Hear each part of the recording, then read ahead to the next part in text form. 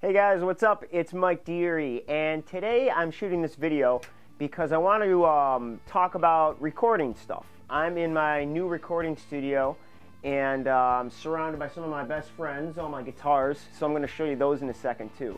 But one of the things that I wanted to shoot this video for was to talk about recording and the importance of, writing and listening to yourself play. And I say that I'm in my new recording studio because as far back as I can remember, I've always had some type of studio or aspired to have something to record with. And it actually all started with this puppy right here. This is a Yamaha MT102. This was the first device I had to record with. My uncle gave this to me, and it's just an old school 4-track recorder. So you could record 4 different tracks individually, just use regular old cassette tapes. And I was probably like 15 or 16 when I got this thing. I started learning guitar right before junior high school, so however old you are there. I think a year or two later, my uncle gave me this because he had it. And this just completely opened up a whole new world to me as a guitar player and a musician. I had gotten proficient enough to play good rhythms and all this and that, but I wanted to know what it's like to record and jam over things. So the first time I got this, I remember, plugging in, laying down like a chord progression rhythm, and then being able to play on top of it. And as simple as that sounds, because nowadays it's pretty easy, it just completely blew me away. I mean, I remember like showing everybody I knew, oh, you got to hear this, and so this was what really started my pursuit of recording and studio stuff. And now, it's just grown to such a big thing that I'm just so fortunate and love being able to do. And I've always, like I said, I've always collected gear. I've always had some type of recording setup, and I've always taken pictures. So I'm going to try to see if I could post like a little, collage of the pictures of all the studios that I've had and built. It's always the gear that I always have, and then you get more gear, and then you get more gear, and it kind of builds. So, but yeah, so the thing that I think is most important as a guitar player or a musician is recording yourself and hearing what you sound like. It opens up such a different world, and you could critique yourself and have fun with it. And for me, it's the one biggest thing that built my confidence up.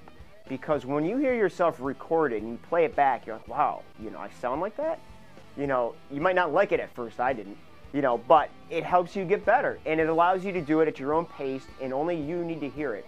And nowadays, it's so dirt cheap to find something to record yourself with in multi-track. It's ridiculous. So I'm not even going to go into all that gear, but, find a way to start, even if you buy a crappy boombox at a thrift store, that you could record, yourself playing and then play on top of it. Get started with that stuff, all right?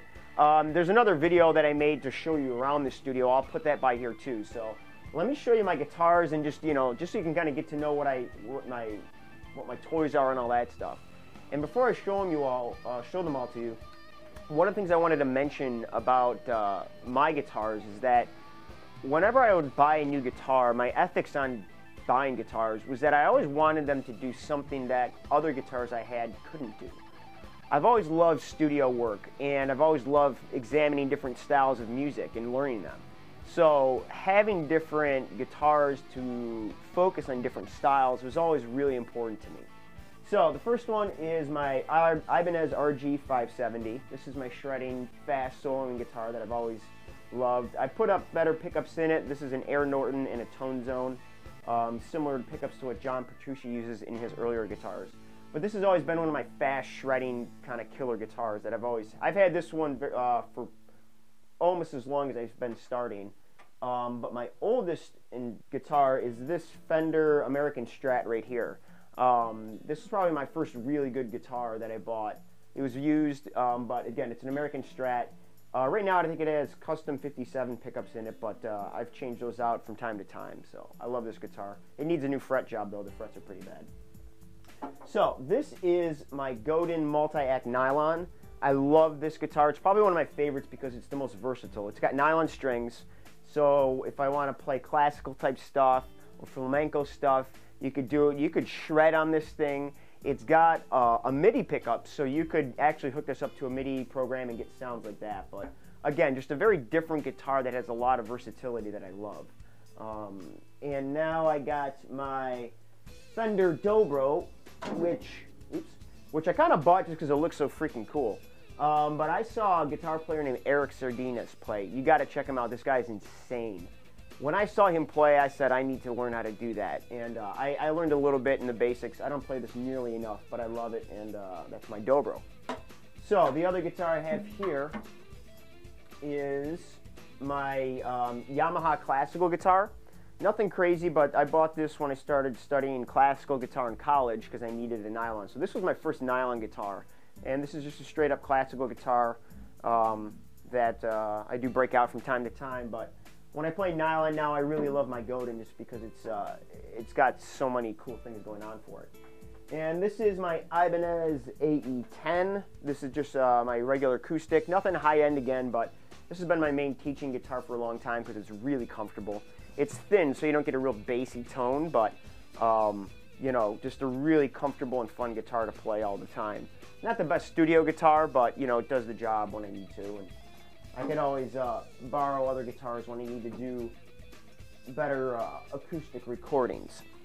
Okay, so now I have my Squier Strat, which is a Japanese Strat. And to be honest, I've come to like this one more than my American Strat, and I've played it a lot more recently. I bought this from a student of mine for a couple $100. But the neck is just, it just feels like home when you play this thing. So this is actually one of my favorite Strats right now. I have 2 hot rails in there because I like some extra gain and some extra drive, so these help make it, thicken it up and play, you know, like humbucker pickups. So this, yeah, check out Japanese Strats. You save a ton of money and the quality is just as good. And this one plays and feels, you know, I've been used to this one more than my American Strat. And last but not least, we have my Fender Deluxe Precision Bass. And this thing I absolutely love. Hopefully the light you can see it good because it's absolutely gorgeous. My brother, we played together in a band for a while, and he had a bass, which was the only bass I had access to. And when he moved out, you know, he took his bass with him, and I'm like, shoot. But I'm like, great, now I have an excuse to go buy a new bass. So I went to a music store and I told him, what's the best bass for like a studio so that you can get a lot of different sounds? He pulled this out of the cabinet, and the second I saw it, I'm like, yeah, I need that, because it's just gorgeous. And it plays great, and you can just get so many different sounds with all the pickup configurations and all that. So that's my main bass for doing bass work. So those are all my guitars. Let me actually take you real quick, and I'll show you just the other 2 things. Hang on a sec. Show you my pedal board. Hopefully this doesn't go crazy. So this is my main pedal board. So this is just my regular changer for channels on my amp. This is a Line 6 Echo, which is just a delay, which I love delay. We got a blues driver, a tube screamer, a stereo or chorus ensemble, and a wah pedal, and then I got the strobe tuner. And then over here, hopefully you can see this all right. This is actually my main amp. There's a local guy in upstate New York that built this for me. His name is John Now, and he's an incredible you know, technician. He built this amp from scratch. It's what he does. So it's a tube amp, 50 watt, 212. And you know, the cool thing about that amp was, hang on one second, let me get this back set up. Okay. So the cool thing about that amp was that I went and tried out every amp I can get my hands on, wrote down what I liked about each amp, and then gave him the list and said, here, build me this.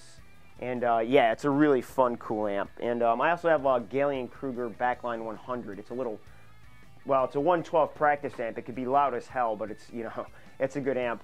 So anyways, those are all my main toys and guitars. I've had others and sold them, and I've had other gear, but this is the main setup I'm at right now. So hopefully that just gives you a better idea of some of the, you know, the guitars I have, and also just, you know, again, the idea of being in your studio is just such an awesome feeling, and the studio I have right now is just so incredible, and I'm getting such a great vibe and being creative. And that's an important thing too. You know, if it's your bedroom you're in, if you have a basement, or any little corner of a house or a room that you can call your own, make it comfortable, make it fun, make it inspiring. because that's what being in music is all about. You know, being creative, being inspired, and just forgetting about everything else that's out there. You'll really, you know, find a whole different world when you start recording and working on either, you know, writing new music or just recording music that you know and songs. It's just so much fun, and I guarantee you it will really excel your playing to levels that you never thought possible. So yeah, that's just a quick video I wanted to shoot. Get out there, get some recording gear, and just start having fun with it. And yeah, check below this video or somewhere else if there's some links. I'll try to put it somewhere close to this video so you could see other pictures of my other studios as it's developed over the years. And also I have a video where I walk you through this whole room so you can see all the gear and toys and the way this is set up. So again, I'm Mike Deere. Thanks for hanging out with me, and get out there, play some guitar, and record some guitar too. All right, we'll see you soon. Later.